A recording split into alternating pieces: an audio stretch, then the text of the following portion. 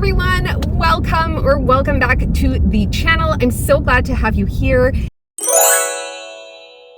We are doing a September mid-month type of vlog. We're actually driving right now. We are heading over to Eric's parents to visit his dad because it is his dad's birthday tomorrow, and we're gonna go out for a little bit of a hike after as well because it's supposed to be some very nice weather, and that's why I'm dressed in like sort of my sporty type gear, which I do own but hardly ever wear, so there's that. And on our way to Eric's parents' place, we're gonna stop by a couple of bookstores because what would a long weekend be if we didn't make a trip to at least one or two different book spots? So go ahead and grab a drink and a snack and come back and hang out with me today, and we're just gonna do some like random stuff. Oh, and before I forget, I had just put out an August mid-month reading vlog for you guys, the one where I went to the bookish market in Ottawa and I did some author interviews. So if you guys haven't seen that, I'll go ahead and put it up in an info card right here so you guys could go and check that vlog out. And I had some really good feedback from you guys. Lots of you really seem to have enjoyed that content, really enjoyed the author interviews. So I think I'm going to try and do more of that for you whenever the opportunity comes up, and see if I can get that going on the channel. And also I wanted to give a special shout out to Chess of Chess's Book Nook for like the amazing compliment that you gave me on that vlog, just because I always feel like when I'm vlogging I feel like a truck kind of backfiring. I don't have this aesthetic that a lot of these very like bigger booktube channels have. Chess's channel in particular, which I will link to down below in the description if you guys want to go check her out, who has a beautiful aesthetic in her videos and really seems to know how to work with her editing software. And like, I don't know, I always feel like a fish out of water in this sort of community. So anyone who is here for that, I'm here for you. I think that, you know, I've been talking a lot lately about what I want this channel to be, and you guys are going to see that actually, you know, a little bit later in the video. But for now, I'm going to leave it at that, and I wanted to just say those few things, and I'm going to leave it at that for now. And I guess I will check up with you guys a bit later when there's more clips to show.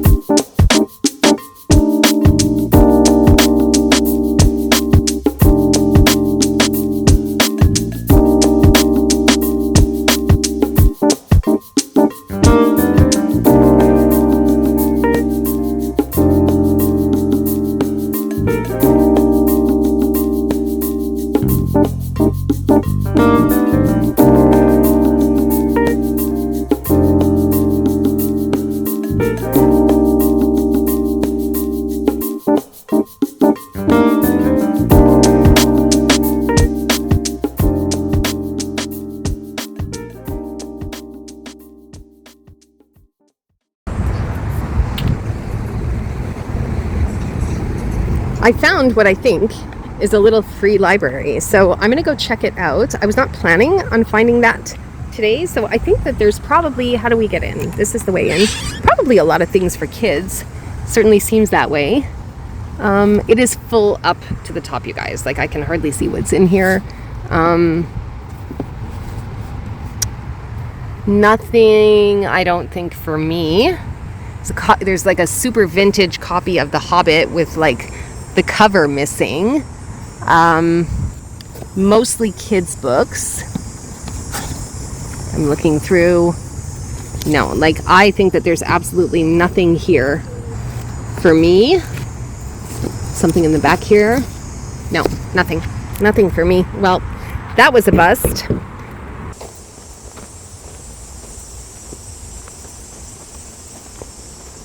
Oh. I think I'd rather come down that way than go up that way. You know? So we're going to be doing like a 1.5 kilometer trail and break in the new hiking shoes. Hopefully we won't get too bitten. There's a gradual incline. So we're going to get a workout.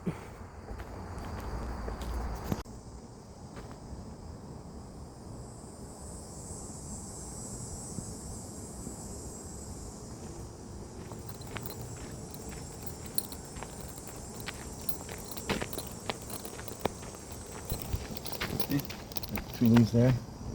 Right, does that look like it? I don't know. And it's like a vine, like an ivy. I think that's it.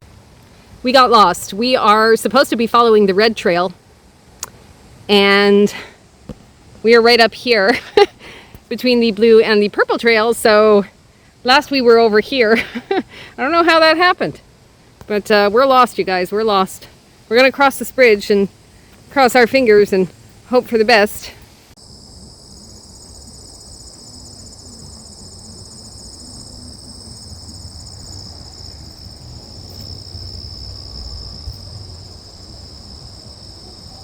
Eric really likes nature walks, and he's upset about this particular one because the path is so manicured. Bug, are you feeling like it's nature? No, it's tourist nature. Tourist nature.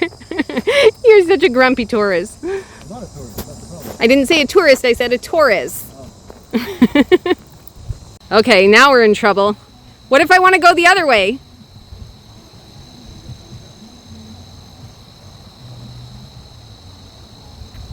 All right, don't leave me. The next day. So I've been waiting to get on the vlog and talk to you guys about this book. Do you guys remember when I read The Ember Blade by Chris Wooding? And I was really disappointed with that book because, I don't know, I always felt like it was lacking oxygen for me. Like it really was not a good read. I found it really boring. I managed to finish the book. Do you guys remember that vlog? Anyway, if not, you can go back and check I think it's my August reading wrap up where I talk about that book. Anyway, I'll link it down below if you guys want to go see. But for whatever reason, I decided that I was going to pick up another book by Chris Wooding. And I did. I picked up Retribution Falls, which is the first in the Tales of the Ketty J series, which I think is his original series before he wrote The Ember Blade. And this book, I have some things I want to say about it. So first, I should let you know that I am 176 pages into it. And why did I pick up a sci-fi book from the same author that I really didn't like his fantasy book, you might be asking? And I'm going to tell you, it's because Willow of Willow Talks Books had said that this book was fantastic. My library happened to have a copy, which I found while I was browsing the shelves. And no, they don't have the 3 subsequent volumes, which more's the pity. So I think I will end up having to buy them if I want to read the rest of the series. So far, this is going really well. And I gotta be honest, I'm kind of waiting for the other shoe to drop because The Ember Blade was so boring for me, and I kept feeling like I was missing oxygen while I was reading it. Whereas like with this book, it's totally different. It's really, really good, and I'm so glad that I picked it up and that I gave this author another shot. But at the same time, every time I flip a page to see what's going on, I'm kind of waiting for the point where this book is going to get boring. And so far, it has not gotten boring. So that is a really, really good thing. And I wanted to get on the vlog especially because I'm really appreciating Wooding's writing right now. I'm really appreciating it. And there is a passage that I absolutely needed to read to you guys, which I found very, very relatable, okay? Just to give you an idea of his writing and why I appreciate it so much. So it says, when he was a child, he'd been afraid of spiders. They seemed to like his bedroom, and no matter how the maids chased them out, they always came back. But frightened as he was, he found their presence easier to bear if he could see them hiding in a corner or motionless on the ceiling. It was when he looked away, when the spider disappeared, that the fear came. A spider safely on the far side of the room was one thing. A spider that might already be crawling over the pillow towards his face was quite another. And when I read this, I thought, oh my God, this is so damn relatable. This is so relatable. So yeah, I know, it's just like a stupid thing that I wanted to share with you guys. It's that type of thing that gets to me, I guess, in a novel. Plus, the writing's very good. The plot is very strong. It's very plot-centric, but you really get to know the characters, and you care about the characters, which I'm not sure that I did in the Ember Blade. And yes, as I mentioned in the vlog, I continued in the Ember Blade because every time I thought I was going to DNF it, he would introduce a new point of view character, and then I was like, oh, I want to see what the other point of view character has to say, and so I kept reading it and whatnot. But like, this is not like that. These pages are kind of churning themselves, so it's a whole different thing than what I was expecting. So anyway, yeah, you're getting my late night thoughts. I just have my lamp here over my computer, so that's why the lighting is a little off, because it's really late at night right now, and I just don't want to have like the big overhead light on, and I have you guys kind of sitting on my tripod on my desk right now, so you guys, you know, probably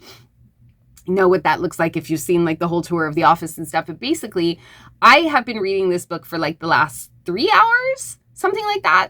And it's really good. It's really good. Like, believe the hype. This one, super good.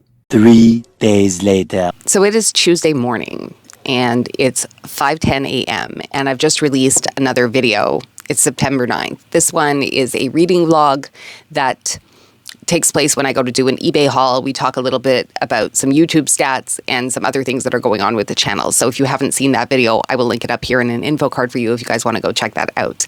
But as a result of much meditation after having released that video, I decided that I needed to get like a little more aggressive with the way this channel is sort of growing. Now, if you're new here, you probably don't know a little bit about the history, but I've been on YouTube for something like 3 years now, and I do definitely have it as a goal of mine to want the channel to grow. I would eventually like to make BookTube a full-time career. I don't know how realistic that is, but I figure if you reach for the moon, you will land amongst the stars. And for now, I'm going to be happy with that. I don't think that there's any shame in saying that out loud. I think a lot of people just sort of start this as a hobby and maybe are not being necessarily honest with everybody, but I believe in being honest. And, you know, it's sometimes honesty is really ugly. It's an ugly thing.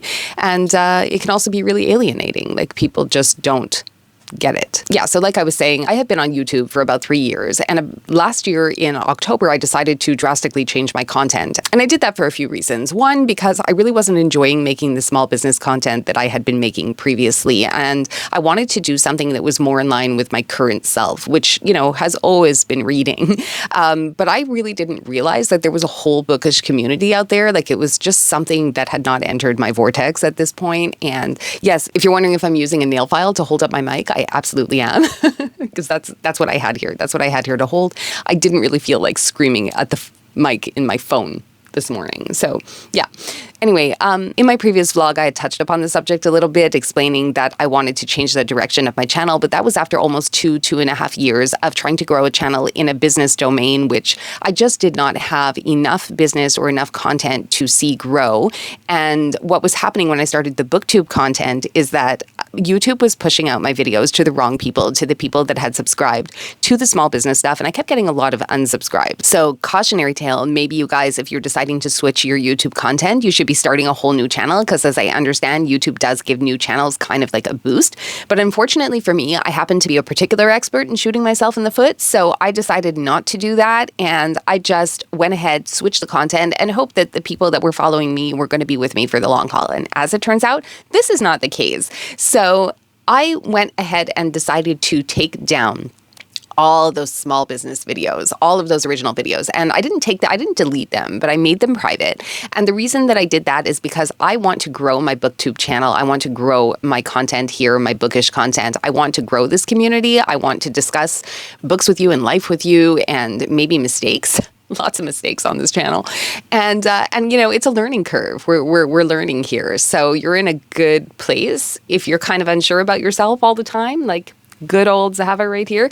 So yeah, I went ahead and I took down all the old content, because basically what the algorithm was doing was it was pushing it out to a whole bunch of people that had signed up for that kind of content, but not the kind of people that I am trying to get to watch the new content, essentially. So it's like the channel is starting from zero, pretty much, because every time I release a new video, I always lose people, which is kind of part of the process, because it's going to be weeding out the people that aren't interested in the bookish content, or, you know, they, for whatever reason, like either they don't read, or they were preferring the small business or the art content. I don't know. The content I had before was just a mess. Like, it was just had no, like sometimes I would do handmade stuff and sometimes I would do business vlogs or fill in order with me, or it was just like, it was an absolute mess. If you guys have been here since the beginning, you know exactly what I'm talking about. But I wanted to do something with this channel that is a lot more streamlined. And so that would become book suggestions, book reviews, book reactions a lot of the time. I don't love to use the word reaction. I like to say more response. It's more of a response to things that I've read, but they are emotional sometimes. So it's going to be more of a reaction. And also I want to build a community where we can discuss the differences, you know, in our tastes and just talk about life. So maybe this channel will deviate towards travel, maybe book shopping in different countries. Who knows? I don't know where it's going to go, but I'm on a book journey. I don't have an agenda for this channel. It's more to document my reading, my book journey, and maybe you guys want to follow along with that. So I'm hoping that the channel will grow. It is top of mind, and I don't know how normal that is for creators, or if it is normal for creators, especially new creators, why aren't they talking about it? Like, why aren't they talking about, I'm losing my voice. I hear a lot of people talking about how grateful they are that their channel is picking up speed. And I also am grateful for every single one of you that are here, because if not for you, I could not continue to make videos. They would just be going out into the void. But I think that people don't talk about all the self-doubt that comes with that. Like, is somebody going to watch my new video? Will I be able to accomplish whatever it is that I've set out to accomplish? I think a lot of people go out there and they share their journey and they share their stories about what they want you to know. And they don't tell you the things that maybe are not that saleable, like not that attractive, that they have doubts, that they worry that people aren't going to watch their videos, or maybe they don't worry about that stuff. And I'm just a freak of nature that sits and preoccupies myself with things that I have no business preoccupying myself with. And that's entirely possible. But there's a certain relatability to vulnerability, I think. And I just, you know, in like 30 years from now, maybe I want to look back and I want to say, gee, who is this girl that like doubted herself? But it's an important part of growth. Growth is uncomfortable and growth is scary. And I'm there. I've been growing my whole life. I've always been uncomfortable. I've always been terrified. And what really gets me the most is I remember I had like an old work colleague who told me that I was extremely confident. And I said, oh boy, you don't know me at all. So I think I give off an impression that is not at all the reality. And anyone who knows me would know that I'm extremely, extremely insecure. Like, it's not a good thing. It's not a selling point, you know. And I think that giving opinions and reviews and sharing a reading journey is a very sort of safe place, because again, it's just an opinion. It's not dogma. I'm not giving reviews on popular topics, and maybe that also could be hurting my growth. I don't know. I'm not giving reviews on popular topics. I don't really like to partake in gossip, which I think like a lot of the community is doing. I also would like to be able to suggest new books or books that I haven't heard of or books that you haven't heard of. So there's a lot of mess going on in my head, and it really just translates to a mess on the channel sometimes, which is why I go back to saying all the time that I'm not really sure that I'm good at vlogging, because really what vlogging is for me is working out loud what the mess is in my head, if that makes sense. So I'm just trying to get myself to a place where I feel satisfied, and it's really harder than everyone else makes it seem like it is. Because I have had a really hard time reaching a place where I'm satisfied with the things that I've accomplished and the things that I have yet to accomplish. So I know we're kind of like not talking about books anymore, but that's kind of like what this channel is in terms of community building, I guess. I'm trying really hard to relate my internal struggle to something that you guys can all relate with. I don't know if it's working.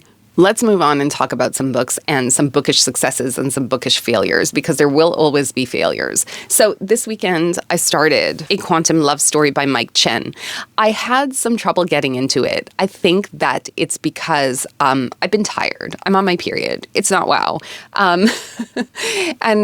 It's like, I don't know. I just can't get into the story. Every time I read a couple of pages, I tend to fall asleep. I do intend to finish this book because I know that there's some of you who have been reading it along with me. I'm just going to check how many pages. I'm on page 107, and I don't have any intention to DNF this book. It has to do with a man who is stuck in a time loop, and he's been going through it for a couple of weeks, and he's been documenting everything that's been repeating itself. And every day he kind of changes something a little bit, and he notices that there's no consequences, but the same event events keep happening and the days keep repeating 4 days at a time. So eventually he like gets lonely and he decides to ensnare somebody else because he just doesn't want to be alone in living this. And like I said, I'm 100 pages in, and I've noticed some things that are kind of like bizarre about this story, like bizarre outside of the fact that there's time travel involved in it. But there's things that are kind of bizarre. Like the guy that's the head of the facility that's supposed to explode, that Carter is trying to like help avoid explode in as his like mission in this journey. He like, when he's cornered by Mariana and Carter and they explain to him that they're in a time loop, he like doesn't ask any questions. And I think that that's a little suspicious. I think it's suspicious that he's just taking them at their word and he's like, okay, I'm just going to have to call security now. But he doesn't ask any questions to further probe what it is about them trying to convince him that they've been stuck in a time loop. And I'm wondering if that will be a plot point later, like maybe this guy, I don't know what his name is, Bennett, I think. Beckett. The guy's name is Beckett. And he's supposed to be the head of this, like, whatever facility these guys are touring, where, like, a green rod sort of comes out of the machine when it explodes. And then when it touches Carter, that's what makes him, like, sort of swept up into the time loop. And this Beckett, you know, they corner him and they say, hey, you know, we're stuck in this time loop, and he doesn't ask them any questions. And that's so weird. So it's almost like he knows about the time loop. But again, I'm only 100 pages in, so I don't really know where this story is going, because either it's a huge plot hole that the author just decided for whatever reason not to acknowledge, or thought that maybe his readers wouldn't notice, or it's something that is going to come back later in the book and we're going to discover that this guy sort of knew about it all along. So I don't really know where the story is going. I will finish it, but I think I'm kind of in the middle of a little bit of a reading slump. So I did need to put it down. I was not able to finish it over the weekend. I just needed something to sort of cleanse my brain, you know? So I decided to go with a nonfiction, and I picked up a copy of Alone on the Ice. And this is the greatest survival story in the history of exploration by David Roberts. And this has to do with a team of Antarctic explorers in 1912 and 1913 that went to map out a previously unknown area of Antarctica. And they basically, like, there were 3 team members, and 2 out of the 3 basically die in the first chapter. And then the second chapter, which I'm on chapter 2 right now because I only started this book last night, basically talks about the lone survivor who I think was alone on the ice for about 20 days with like only like the smallest amount of supplies, the other supplies having been lost to crevasses and like other unfortunate circumstances. And yeah, this guy's, it's a book about this guy's story. I did read some Everest climbing books, and for some reason I thought that this book, probably due to the cover, was also another Everest story, but it's not. But it is a survival story on the ice. And so far I'm liking it, but then again, I've only been in 1 chapter so far. So that's basically what I'm reading right now. Today is Tuesday. I can't remember if I've mentioned that or not. Today is a Tuesday. So usually that's a reading day for me. It's a more quiet day. I will have some Etsy orders to fill today, some fabric to send out. I'm hoping, you know, there's that whole other like business side of the affair. You know, we talk about reading, but we talk about life. And like, I just want to say to all my US customers out there, if you guys are watching this, or if you have become a customer since coming to the channel, I am so sorry. You're going to be charged duties on delivery. There's nothing I can do about that. I'm too small of a business to pay the duties up front. So it breaks my heart. It breaks my heart because I do not want my customers to have a bad experience and have to be paying 35% duties or whatever the current tariff is. And I try not to make this a political channel, but I do want to take the opportunity to say how shitty I feel that this is happening to you. Because 70% of my business is U.S. customers, and if I don't sell to U.S. customers, then I will not make a living, especially not as the YouTube channel is still growing. Subscribe if you're not subscribed, because, you know, we're all just in the grind. We're all just trying to do the best we can, and as I'm trying to switch over the main source of my income, and that could take years if it's meant to happen for me at all. I think that there's a certain percentage of luck involved. I'd be lying if I didn't say that. So, you know, while those changes are busy happening, I still have to sell my physical products to the U.S. because I can't pay the rent if I don't. And that means that you guys are getting taxed. And I just hate that. I hate that for me. I hate that for you. And yeah, it's uncomfortable. It's uncomfortable. So I did not want to leave this vlog off on a negative tone. So I went and took a shower and I decided to do this setup just so I could show you like a little baby book haul that I picked up this weekend.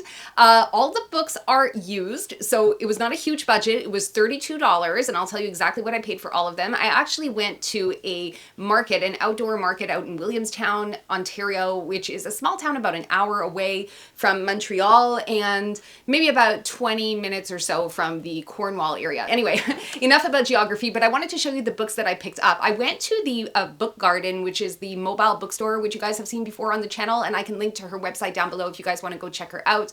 Maybe follow her on Facebook or Instagram, where if you're in Canada in the area and you would like to check out, she's always sharing events and stuff that she does, and she's actually originally, the owner of this independent bookstore is actually originally from Montreal, and of course, being a woman-owned business, you know that I'm all about that, and I do drive sometimes out of my way to support her. So Jen, if you're watching, hey, shout out. Okay, so I want to show you guys the books that I picked up at the Book Garden, and it's in no particular order. So the first one here, which I bought really because it's a cover buy, is A Particular Eye for Villainy. Now, this book cost me $4 because Jen does sell new books and lightly used secondhand books. So I picked this one up. Like I said, it cost $4. I don't know anything about it. It is number 4 in a series, but as it is a murder mystery type thriller, I don't know about you guys, you could let me know in the comments below, but does it bother you if you start a murder mystery series somewhere along the line in a series of books, or do you absolutely have to start with the first one? Because for me, the main character or main detective or protagonist that's going to move the story forward,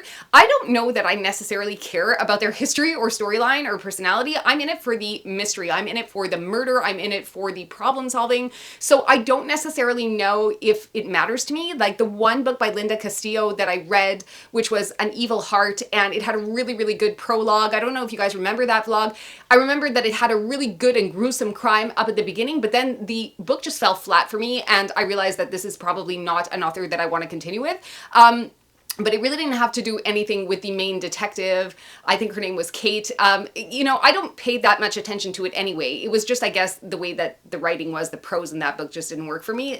Maybe it's just the author's style. But I know that when you read Angels and Demons, that's the first one in Dan Brown's Da Vinci Code series, only that Da Vinci Code was made into a movie before any of the other books were developed. So I don't know that you necessarily need to, so in the case of Robert Langdon as a detective, I don't know that you necessarily need to know anything about him or have read the first book in order to enjoy the second one. Same goes for Silence of the Lambs. You didn't really need to have read Red Dragon in order to know anything about Hannibal, so I don't always think that it's necessary. But anyway, let me know in the comments if you guys have to absolutely start at the beginning of these series, or if you don't mind jumping in partway through, because I do believe that most authors will write the books so that they can be read as standalones. I don't know, for me, it doesn't really make a difference. So I happen to know that this one is book number 4, but I just love the cover of it so much, and yeah, it was a total cover buy for me. So this one cost $4.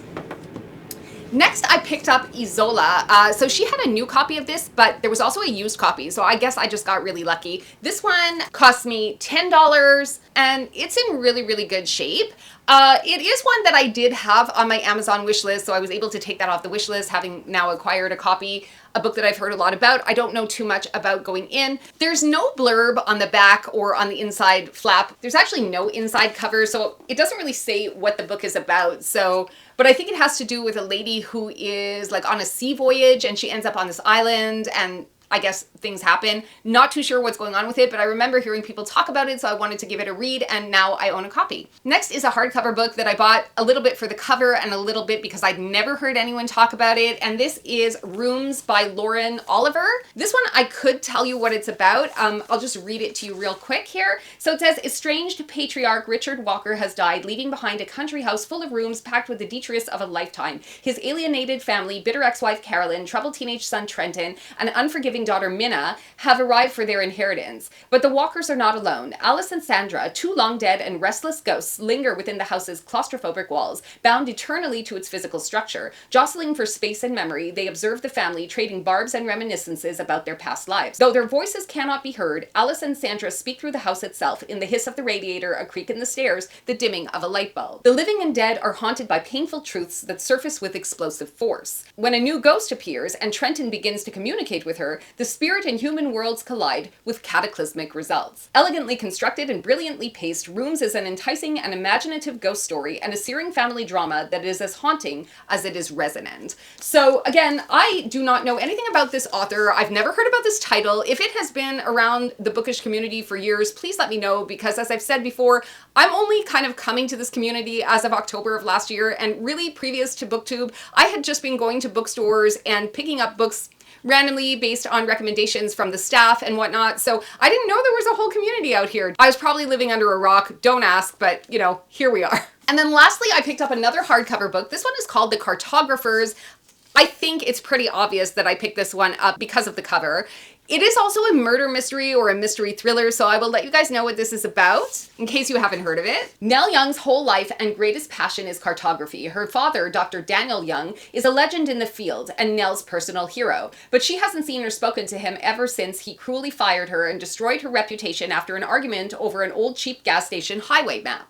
But when Dr. Young is found dead in his office at the New York Public Library with the very same seemingly worthless map hidden in his desk, Nell can't resist investigating. To her surprise, she soon discovers that the map is incredibly valuable and exceedingly rare. In fact, she may now have the only copy left in existence because a mysterious collector has been hunting down and destroying every last one, along with anyone who gets in the way. But why? To answer that question, Nell embarks on a dangerous journey to reveal a dark family secret and uncover the true power that lies in maps. So the blurb says that this is perfect for fans of Joe Hill and V.E. Schwab. The Cartographers is an ode to art and science, history and magic, a spectacularly imaginative modern story about an ancient craft and places still undiscovered. So I thought that this sounded really interesting. I don't know how long this book has been around, but I don't see anybody talking about it. So I'm wondering if it's just me coming to the party late again. But yeah, these are the 4 books that I picked up this weekend. And with that, I think we're going to close out the vlog. So thank you so much for all of your likes and subscribes. Please leave a comment down below and let's work that algorithm. And remember that if you have made it to the end of the video, you are absolutely my favorite, and I will see you again in the next video. Ciao for now.